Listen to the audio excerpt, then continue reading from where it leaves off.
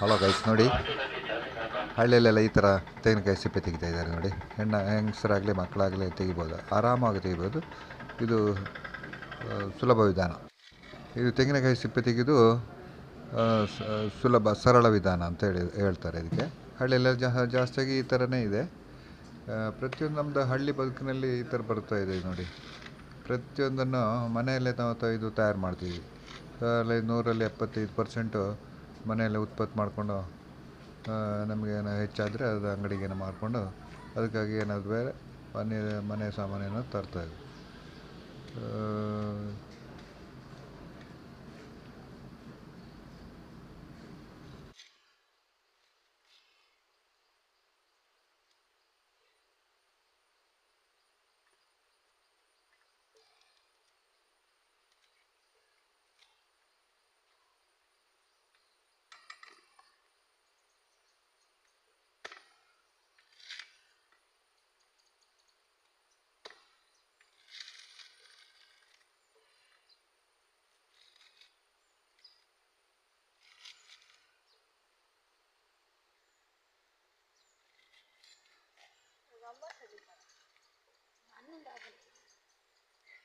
ಹೆಂಗಸರು ಸುಳಿತಾರೆ.